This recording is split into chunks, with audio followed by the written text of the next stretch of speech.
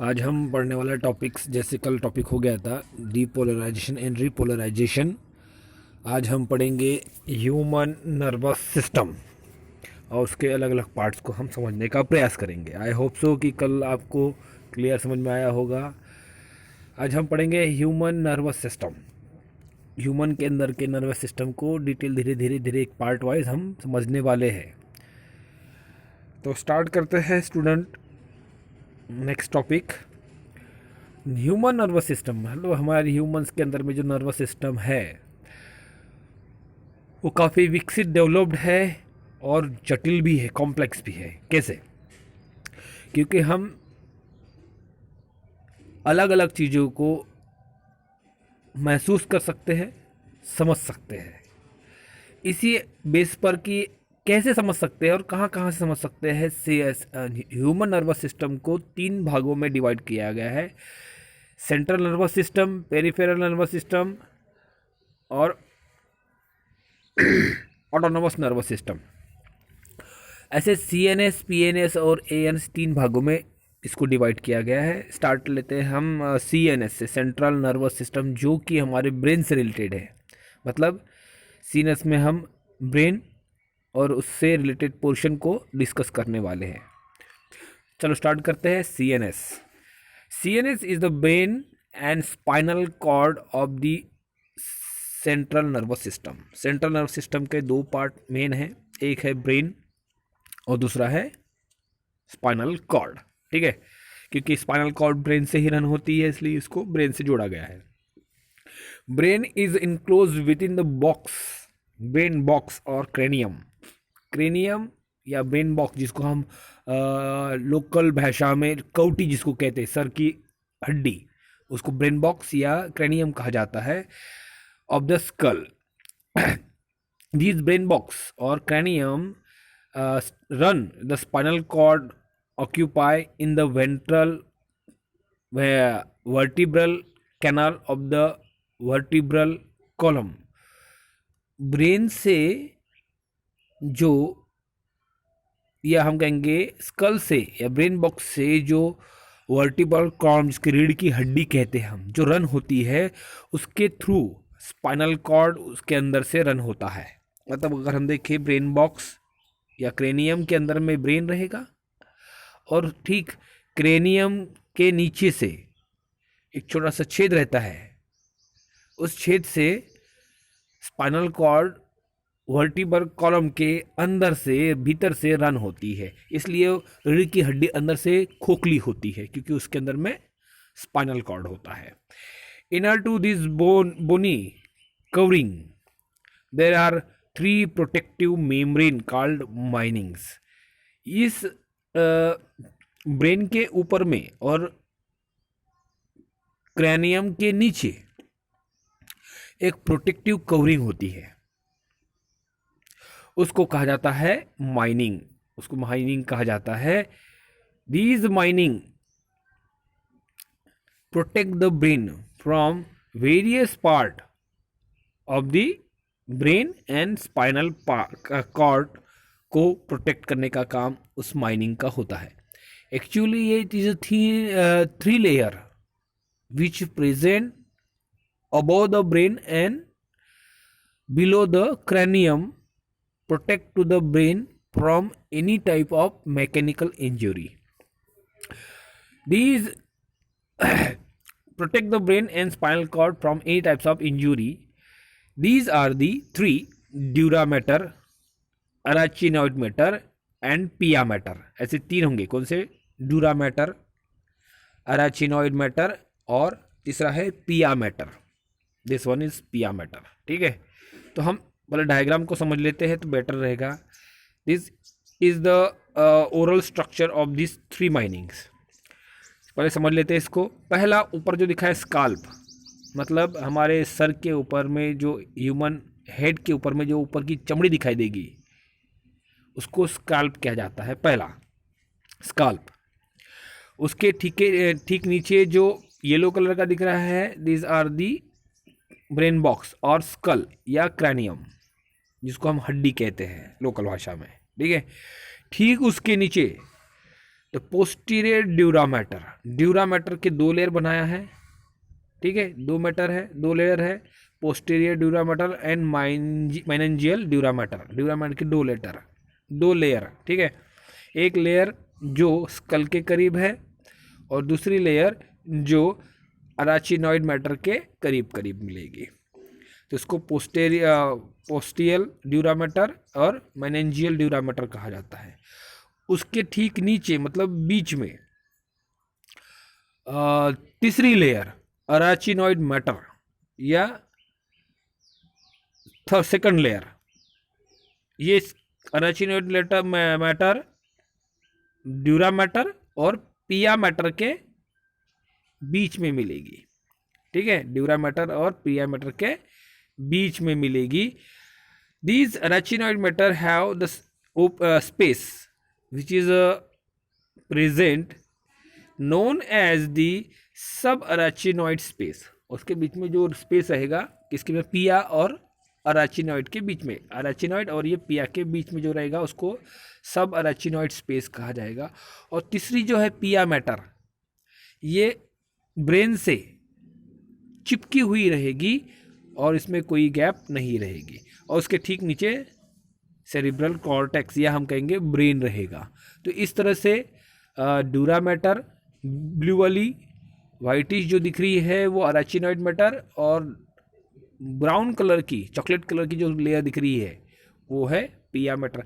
ऐसे तीन मैटर या three layer protect to the brain. ये स्कल के ऊपर से ब्रेन के बीच में ये तीन लेयर पाई जाती है। ओके, चलो स्टार्ट करते हैं। ड्यूरा मैटर पहला, आउटर टू अराचिनॉइड के ऊपर वाली ड्यूरा मैटर और स्कल के नीचे वाली dura mater.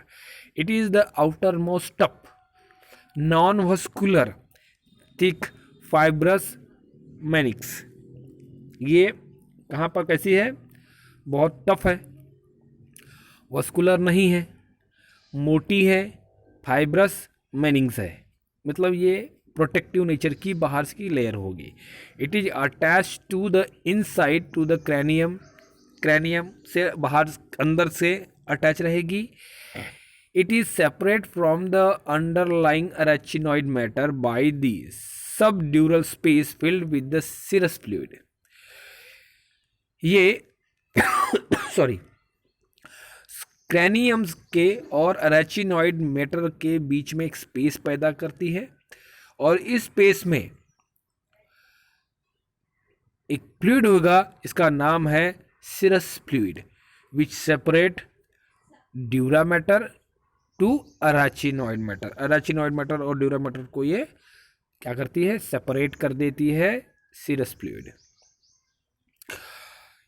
It give the protective in nature, मतलब अगर हम देखते हैं हम कभी खेल रहे हैं, गिर गए, या बचपन से लेकर अभी तक हम जब कोई भी एक्टिविटी करते, कई बार हमारा सर टकराता है बहुत सारी चीज़ों से, लेकिन उसका असर ब्रेन तक नहीं जाने देता, क्योंकि ये जो लेयर होती है ड्यूरा मैटर, अराचिनॉइड और पिया मैटर, उस वेव को, वो शॉक को, वो मैकेनिकल फोर्स को एब्जॉर्ब कर लेता है, जिसके कारण किसी भी तरह की हार्ड इंजरी सर तक या ब्रेन तक, न्यूरॉन्स तक नहीं पहुंच पाती है।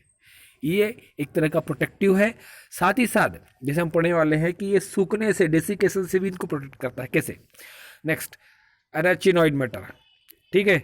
अराचिनॉइड मैटर्स में हम जाते हैं सीधा, इट इज़ द मिडल, है ना, ये कैसी है, बीच की है, किसकी, ड्यूरा और पिया मैटर के बीच वाली है, मिडल, पतली लेयर, थीन, नॉन वस्कुलर, ये भी नॉन वस्कुलर है, ये भी non vascular layer of connective tissues. ये फाइब्रस टिश्यू थे, ये कनेक्टिव टिश्यू से बनी हुई है। इट इज़ अ न्यूट्रिटिव, ये काफ़ी न्यूट्रिटिव होती है क्योंकि ब्रेन को न्यूट्रिशन सप्लाई करने में काफ़ी हेल्प करती है, इसलिए इसको इट इज़ अ न्यूट्रिटिव और protective with having spider web like appearance. ये देखिए वेब लाइक दिख रहा है अपीयरेंस, है ना। It is web like appearance because it give the space, this space is filled with the CSF. These give the nutrition to the neurons of the brains. It separate from pia matter below by the narrow sub arachnoid space filled with the cerebrospinal fluid या CSF। ये क्या करता है कि ये जो जगह दिख रही खाली जगह है ना, वेवलेंथ अपीयरेंस दिख रहा है, तो यहाँ से ये सब एराचिनॉइड जो स्पेस है यहाँ पर इस जगह पर सेरिब्रोस्पाइनल फ्लूइड रन होते रहता है। मतलब एक तरल पदार्थ जो पानी जैसा है पढ़ने वाले उसको, ये यहाँ से मूव करते रहता है, जिसके कारण ये ब्रेन को न्यूट्रिशन सप्लाई करेगा और डेसिकेशन से बचा भी देता है। मतलब इसको सूखने नहीं देता और न्यूट्रिशन हमेशा सप्लाई करते रहता है एक्सटर्नली। थर्ड लेयर आते हैं हम pia mater. It is the innermost layer of this meninges. It is present above the brain and below the arachnoid mater. Arachnoid mater के ठीक नीचे और ब्रेन के ठीक ऊपर चिपकी हुई एक लेयर है। It is the inner most delicate highly vascular, वो दोनों थी नॉन वस्कुलर, ये highly vascular membrane like contact with the brain और सेंट्रल नर्वस सिस्टम।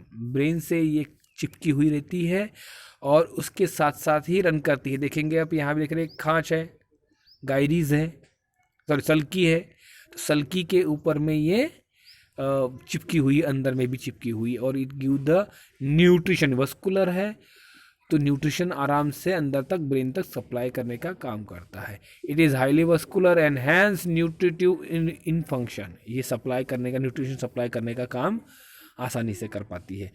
तो ये जो अरेचिनॉइड स्पेस के बीच से जो न्यूट्रिशन बहता है, जिसको CSF कहा गया है, उसको हम समझने का प्रयास करेंगे। तो CSF है क्या? CSF is a lamp-like extracellular fluid secreted by the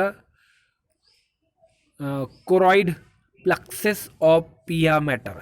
पिया मैटर के कोरॉइड प्लक्सेस से सिक्रेट हुआ लैम्फा लाइक, लैम्प पढ़ चुके हम, वाटरी ट्रांसपेरेंट सब्सटेंस जो कलरलेस होता है, वैसे ही CSF भी कलरलेस सब्सटेंस होता है, लेकिन उसमें सारा न्यूट्रिशन होता है। जैसे लैम्प में होता है वैसे इसमें भी होता है। Which choroid plexuses of pia mater से निकला जाता है। Present inner to the sub arachnoid space in the ventricles of the brain within the central canal of spinal cord. ये ब्रेन के ऊपर सब अरेचिनॉइड स्पेस के अंदर में ये मिलता है। इसके साथ ही साथ ये स्पाइनल कॉर्ड के सेंट्रल कैनाल से, हम पढ़ेंगे जब स्पाइनल कॉर्ड पढ़ेंगे तब इसमें सेंट्रल कैनाल दिखाएंगे आपको, क्योंकि स्पाइनल कॉर्ड के बीच में एक सेंटर में छोटा सा छेद होता है, जिसको हम कहते हैं central canal of spinal cord. Brain से तो जाता ही जाता है, रीढ़ की हड्डी के बीच से जो जा रही है स्पाइनल कॉर्ड, उसके भी बीच में सेंटर पे ये CSF स्पाइनल कॉर्ड के थ्रू भी रन होते रहता है। मतलब ये ब्रेन से और स्पाइनल कॉर्ड को न्यूट्रिशन सप्लाई करेगा, उसको सूखने से बचाता है और एज अ लिब्रिकेंट सप्लाई भी करता है। CSF is a secrete by the pia mater, पहले ही बोल चुके पिया मैटर सीक्रेट होता है, of choroid plexuses and the ependymal cell lining of the ventricle of the brain and central canal of the spinal cord. Spinal cord को और brain को ये न्यूट्रिशन सप्लाई करेगा। पिया मैटर से बनता है, कोरोटाइड प्लक्सेस और इपिडिडाइमल सेल से ये फॉर्मेशन होता है। It is a nutritive substance और fluid. These three opening of the in the roof of the medulla oblongata help in draining out the CSF from the brain to the outside। Medulla oblongata जब आएगा बाद में हम देख पढ़ेंगे, hind brain की skin में आएगा, वो डायग्राम में दिखाएंगे आपको। तो ये 3 ओपनिंग होती है मेडुला ऑब्लोंगाटा के करीब। इस मेडुला ऑब्लोंगाटा से जो CSF है अनयूज्ड है, या हम कहेंगे यूज्ड कहेंगे, अनयूज नहीं सकरी, यूज्ड जो खराब हुआ वाला यूज किया हुआ CSF draining out from the brain to the outside. Brain से ये बाहर निकाल दिया जाएगा जो यूज़ हो चुका है या कंटेमिनेट हो गया या ख़राब हो गया या यूज़ हो गया, कहेंगे जो भी कहना है हमको, वो ड्रेनिंग आउट के निकल जाएगा मेडुला ऑब्लोंगाटा के 3 ओपनिंग से।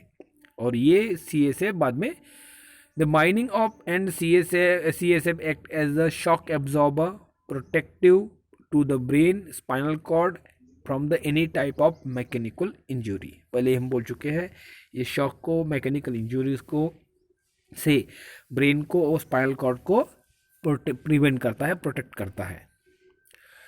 It is also maintain the constant pressure inside the cranium. इसके कारण जो क्रेनियम, सर के हड्डी के अंदर में जो ब्रेन बॉक्स है उसमें जो प्रेशर होना चाहिए हमेशा कांस्टेंट प्रेशर मेंटेन करने को भी हेल्प करता है। It help in exchange of nutrition and waste from the blood and the brain tissue. Brain को न्यूट्रिशन सप्लाई करेगा और ब्रेन से जो गार्बेज है, वेस्ट है, उसको जो ब्लड से आया है उसको निकालने का भी लिए भी ये हेल्प करेगा। It also help in the supply of oxygen to the brain. ये टिश्यू, ब्रेन टिश्यू को, न्यूरॉन्स को ऑक्सीजन सप्लाई करने में भी हेल्प करता है। मतलब ये क्या हेल्प कर रहा है? मैकेनिकल इंजरी से प्रोटेक्ट करता है, डेसिकेशन, सूखने से बचाता है, ये प्रेशर को मेंटेन करता है, ये न्यूट्रिशन सप्लाई करेगा और वेस्ट को कलेक्ट करता है, ये ऑक्सीजन भी सप्लाई कर रहा है ब्रेन को। इट प्रोटेक्ट, तो ये तो हो गया desiccation. CSF is a slightly alkaline fluid. ये इसका अल्कलाइन फ्लूइड होगा जिसकी ग्रेविटी, स्पेसिफिक ग्रेविटी 1.005 होगी और ये स्पेसिफिक ग्रेविटी को मेंटेन भी करेगा और उसके अल्कलाइन नेचर के कारण उसको प्रोटेक्ट भी करने का काम करेगा। The total of 100 to 120 cc of CSF present in around the central nervous system. Cubic centimetre 100 से लेकर 120 क्यूबिक सेंटीमीटर का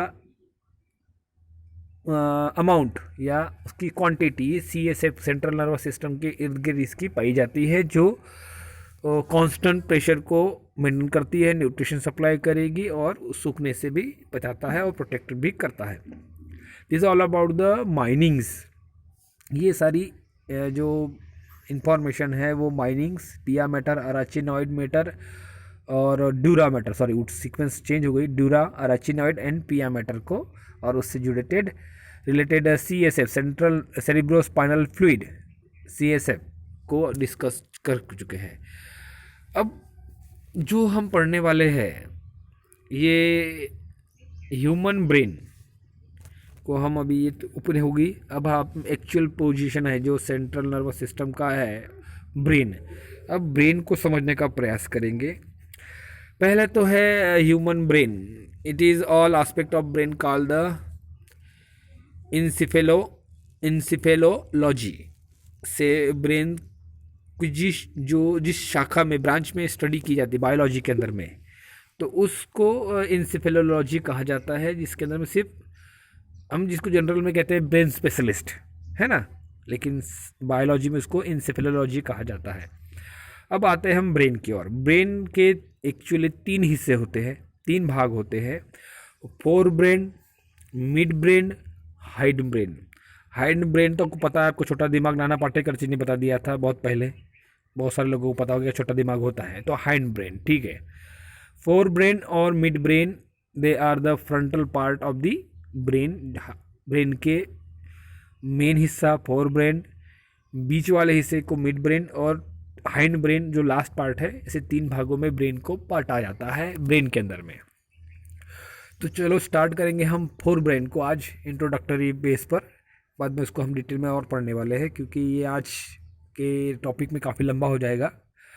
तो फोर ब्रेन के भी 3 हिस्से होंगे। अब जैसे ब्रेन के 3 हिस्से, fore brain, mid brain and hind brain, तो फोर ब्रेन के भी 3 हिस्से हैं, ऑल्फैक्टरी बल्ब, सेरेब्रम एंड डाइसेफेलॉन, ठीक है। तो ये 3 हिस्से किसके हैं? फोर ब्रेन के हैं। तो सबसे पहले लेते हैं हम olfactory bulb. These are the highly reduced in human में ये इसका साइज काफ़ी छोटा है। बाकी एनिमल्स में, जैसे अगर हम देखें दूसरे animal, just like the flying creature, just like the, क्या कहेंगे हम उसको, ईगल, तो ऐसे कुछ कुछ एनिमल्स में इनका साइज़ काफ़ी बड़ा होता है, लेकिन ह्यूमंस में इसका हाईली रिड्यूस्ड पोर्शन नज़र आता है। Brain covered by the cerebrum, cerebrum से ये कवर्ड रहेगा कौन, ऑल्फैक्टरी बल्ब, क्योंकि ये जो डायग्राम में आप देख रहे हैं ये सारा सेरिब्रम है, ये सारा सेरिब्रम है। और उसके ठीक नीचे अगर देखेंगे तो it is this one olfactory bulb, है ना, ये ऑल्फैक्टरी बल्ब दिखाई दे रहा है। और ये काफ़ी छोटी सी, ये देखिए पाइपलाइन दिख रही है छोटी सी, this one is the olfactory bulb. दो होते हैं राइट एंड लेफ्ट, जो कि सेरिब्रम से पूरा कैसे है ढका हुआ है। दिखा है आपको, दिस वन। आपके बुक में कहीं भी ये डायग्राम नहीं दिखेगी, इसलिए मैंने अलग से डायग्राम ये पेस्ट किया हूँ। These are the olfactory bulb, ठीक है। Synapse point of the cranial nerve 1। अब ये ज़्यादा डिटेल जाने की ज़रूरत नहीं है, लेकिन ऑल्फैक्टरी बल्ब कहाँ होता है, on the ventral surface of the brain, brain के निचले हिस्से में ये पाया जाता है। हाईली रिड्यूस होगा और कवर होगा सेरिब्रम से, for all inside the except of ventral. ये सिर्फ वेंट्रल के पोजीशन से देखने पर ही नज़र आता है, अन्यथा ये नज़र नहीं आता है, काफ़ी छोटा होता है। Each lobe consist of olfactory peduncle and olfactory bulb. Olfactory peduncle मतलब डंडी, जो ऊपर वाला होता है ये बल्ब, दिस वन। और ये जो डंडी दिखाई दे रही है आपको, ये लंबी यहाँ जो ब्रेन से जुड़ी हुई है, इसको कहा गया है, क्या हुआ गया है, पेडंकल, ऑल्फैक्टरी पेडंकल। और जो टिप वाला रहेगा उसको कहा गया बल्ब। मतलब ये समझ लो स्टूडेंट कि ये इस तरह से आउटग्रोथ है और ये अटैच है, इस तरह से दो। तो ये जो है पेडंकल कहा लाएंगे इसको, और बल्ब कहेंगे दिस पोर्शन को, ठीक है। तो ये कहाँ रहेंगे, ventral surface of the brain, जिसको ऑल्फैक्टरी लोब कहा जाता है। दिस ऑल्फैक्टरी लोब, फिर से एक बार बड़ी डायग्राम है, ठीक है, sorry, this one is the olfactory bulb, olfactory bulb, this one. और ये जो है पेडंकल, ये अलग कर सा, ठीक है। This is the brain part. अब अगर हम जब भी नाम लिया था मैंने मेडुला ऑब्लोंगाटा, है ना, this portion is the medulla oblongata. ये एक्चुअली हाइड ब्रेन है। ये रही स्पाइनल कॉर्ड जो ब्रेन से रन होती है up to the vertebral column, column के अंदर में ये रन करने वाली चीज़ होती है। ये this one is the cerebellum या हाइंड ब्रेन। ये जो इतना पोर्शन नज़र आ रहा है वो मिड ब्रेन का आता है, और ये है फोर ब्रेन, ये पूरा फोर ब्रेन जिसको हम पढ़ रहे हैं। फोर ब्रेन के अंदर में पहला लेते हैं हमने ऑल्फैक्टरी लोब, ठीक है। चलो आगे बढ़े, इसको क्लियर कर देते हैं, दिस वन। अब हम जो पढ़ने वाले हैं ये इतना हिस्सा इसको हम कहा गया सेरिब्रम, ठीक है। तो सेरिब्रम हम पढ़ने वाले हैं, सेरिब्रम। सेरिब्रम करते हैं या छोड़ देते का, काफ़ी बड़ा पोर्शन रहेगा सेरिब्रम का। इसको तो एक काम करते हैं स्टूडेंट, हम कल ही लेते हैं, नेक्स्ट क्लास में लेंगे। लेकिन समझ लेके आ जाए कि ये जो इतना हिस्सा बन रहा है, this all part are comes under the cerebrum. ये सब कुछ सेरिब्रम के अंदर में आने वाला है, ठीक है। इस सेरिब्रम के अंदर में जब हम पढ़ने वाले हैं तो इस सेरिब्रम के अलग अलग हिस्से आएंगे। पहला फ्रंटल, फिर ये आता है पराइटल दिस वन, ये ऑसिपिटल, और ये टेम्पोरल। ऐसे चार हिस्से माने जाते हैं, 1 2 3 4। जैसे आपको अगर देख रहे हैं तो डायग्राम में भी आपको कलर का अलग अलग दिखाई दे रहा है। पिंक दिख रहा है, ये हल्का सा बैंगनी रंग का दिखता है, ये हल्के से येलो कलर का, और हल्के से ग्रीन कलर का दिखाई दे रहा है। तो इसको भी डिवाइड हम करेंगे। तो एक काम करते स्टूडेंट, हम इसको सेरिब्रम को कल ही डिटेल में स्टडी करेंगे, ताकि ये काफ़ी बड़ा वीडियो बन जाएगा ज़बरदस्ती में। इसको हम कल ही डिस्कस करेंगे, ओके स्टूडेंट। तो पढ़ते रहिए और स्टडी करने का प्रयास करेंगे, क्योंकि ये आसान नहीं है, ठीक है। चलो, थैंक यू।